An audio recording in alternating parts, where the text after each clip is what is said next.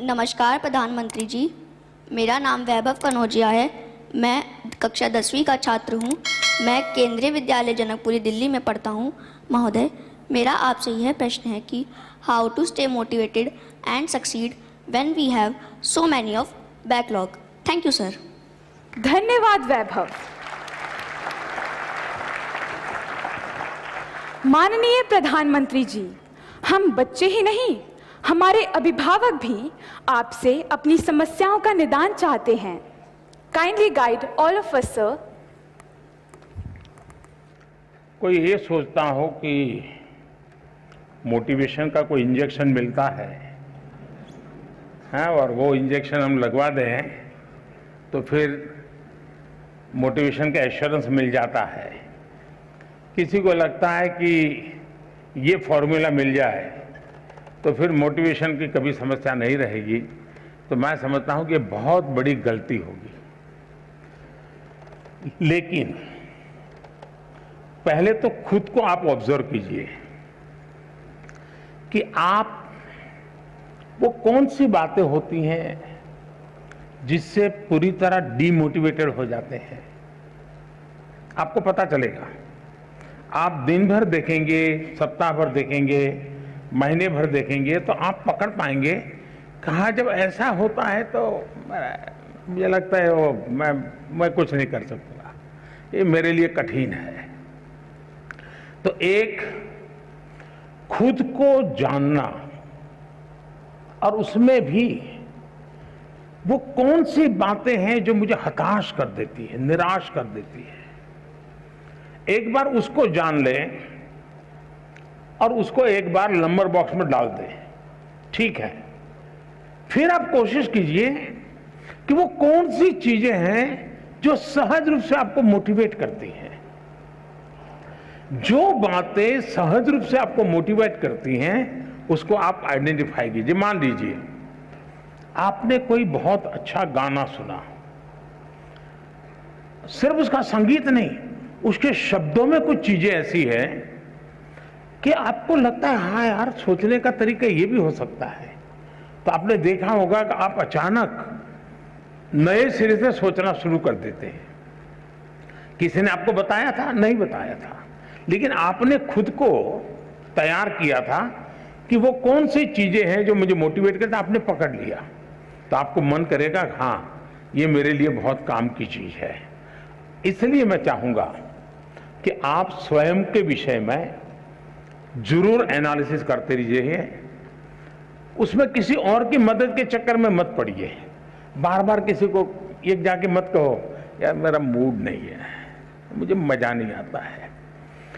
फिर आपके अंदर एक ऐसी वीकनेस पैदा होगी कि हर बार आप सिंपैथी चाहेंगे। फिर आपका मन करेगा मम्मी मेरे पास बैठे हैं, जरा मुझे पुचकारे पुलकारे, समय में जरा उत्साहित करे, मेरा लालन पालन करे। तो एक वीकनेस धीरे धीरे डेवलप हो जाएगी। कुछ पल तो अच्छे चले जाएंगे। और इसलिए कभी भी उन चीजों के विषय में सिंपैथी गेन करने के लिए उपयोग मत कीजिए, कभी मत कीजिए।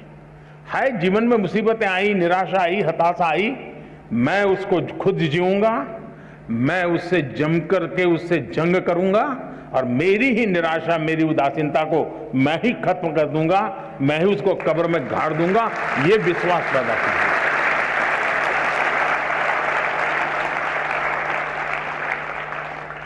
दूसरा है, हम किन चीजों को ऑब्जर्व करते हैं।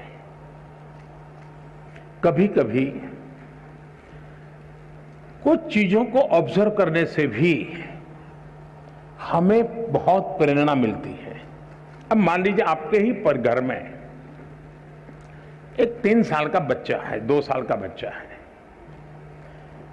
उसको कुछ लेना है लेकिन उसके लिए बड़ा मुश्किल है।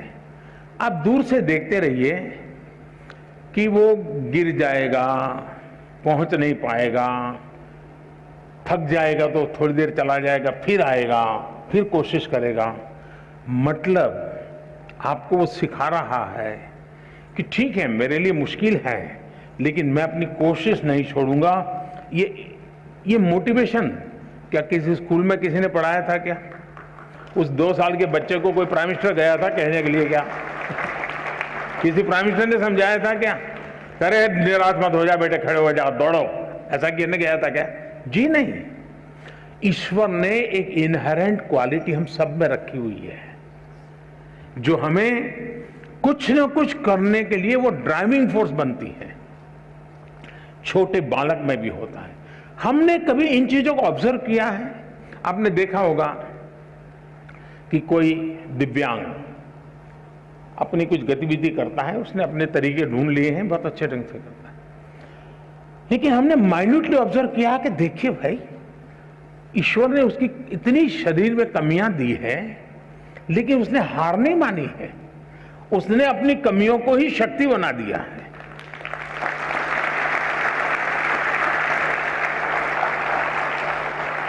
और वो शक्ति खुद को तो दौड़ाती है, वो खुद शक्ति अगर देखने वाला नहीं, ऑब्जर्व करने वाला, जो निरीक्षण करता है, उसको भी प्रेरणा देती है।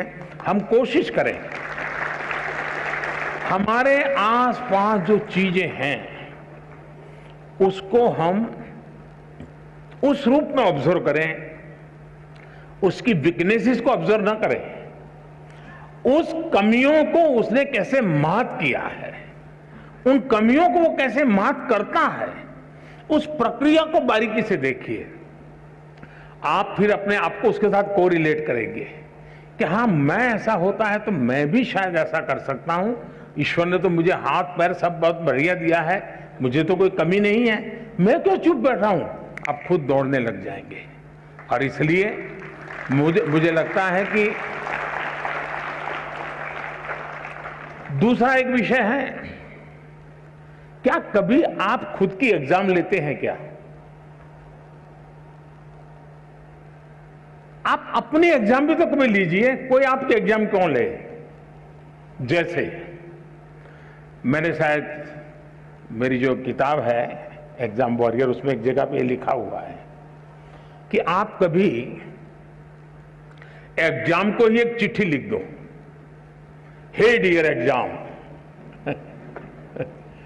और उसको लगो अरे तुम क्या समझते हो, मैंने ये तैयारी की है, मैंने ये तैयारी की है, मैंने ये मेहनत की है, मैंने इतना प्रयास किया है, मैंने ये पढ़ा है, मैंने ये लिखा है, मेरी इतनी नोटें भरी हुई है, मैं टीचर के साथ इतने घंटे बैठा हूं, मैंने मम्मी के साथ इतना समय बिताया है, मैं मेरे पड़ोसी के छात्र ने अच्छा काम किया तो उसके जाकर अरे मैं इतना सीख करके आया हूं, तुम कौन होते हो मेरा मुकाबला करने वाले?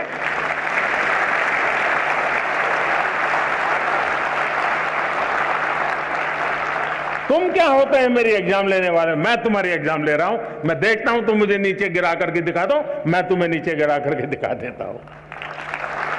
कभी तो करिए। कभी कभी आपको लगता है कि भाई मैं ये जो सोचता हूं सही है गलत है, आप ऐसा कीजिए, एक बार रिप्ले करने की आदत बनाइए। रिप्ले करने की आदत बनाएंगे तो आपको एक नई दृष्टि मिलेगी।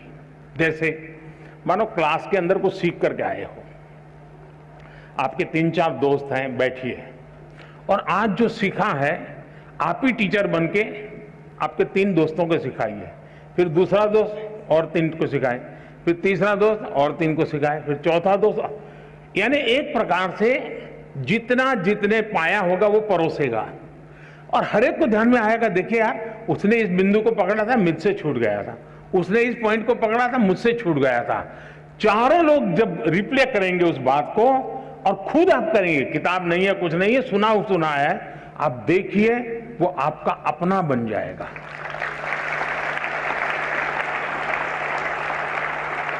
आप चीजों को, अब आपने देखा होगा कहीं कोई घटना घटी हो, बड़े बड़े पॉलिटिकल लीडर को भी ये टीवी वाले खड़े हो जाते हैं ना डंडा लेकर के, और आपने देखा होगा वो जवाब देने में इधर उधर हो जाते हैं। कुछ लोगों को तो पीछे से प्रॉम्प्टिंग करना पड़ता है, आपने देखा होगा।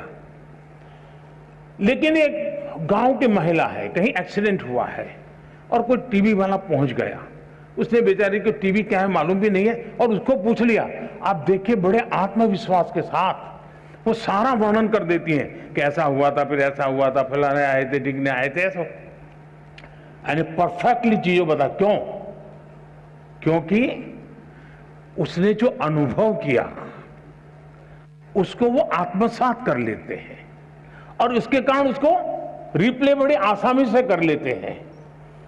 और इसलिए मैं मानता हूं कि आप अपने आप को खुले मन से इन चीजों से जोड़ेंगे तो कभी भी निराशा आपके दरवाजे पर दस्तक नहीं दे सकती है।